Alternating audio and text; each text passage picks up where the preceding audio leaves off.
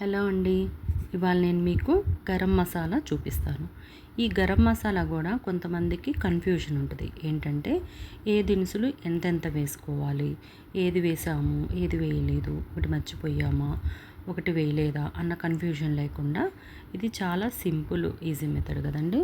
ఇలా బయట గరం మసాలా హోల్ ప్యాకెట్లు ఉంటాయి, డీమార్ట్లో కూడా ఉంటాయండి. అది ఒక ప్యాకెట్ తీసుకొచ్చుకుందాము. ఇందులో లేని దినుసులు అంటూ ఉండవండి, ప్రతి ఒక్క దినుసు ఉంటుంది. ధనియాలు, షాజీరా, సోంపు, మిరియాలు, లవంగ, చెక్క, మొగ్గ, స్టార్ అనాస, జాపత్రి, బిర్యానీ ఆకు, ఇలా ప్రతిదీ ఉంటుందండి.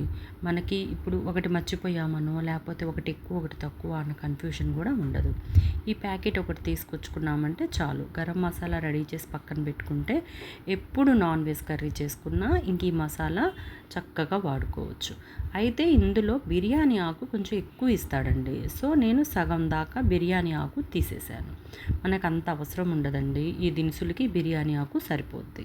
సో ఆ బిర్యానీ ఆకు సగం మేర తీసేసాను.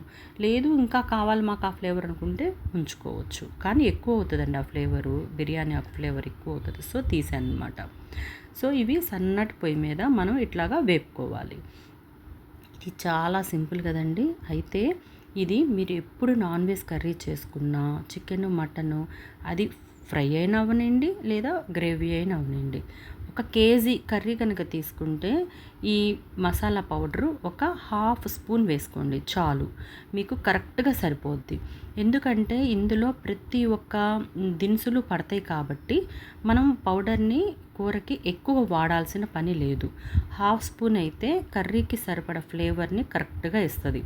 ఎలా అంటే మనం రెస్టారెంట్లో ఫుడ్ ఏదైనా ఆర్డర్ పెట్టినప్పుడు మనకి ఫ్లేవర్ వస్తుంది కదా, సేమ్ అదే ఫ్లేవర్ ఆ కర్రీకి ఇస్తుంది అనమాట.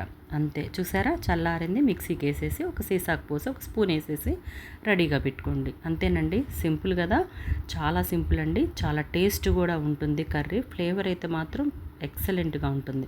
ఒకసారి ట్రై చేయండి, మీకు కూడా నచ్చుతుంది.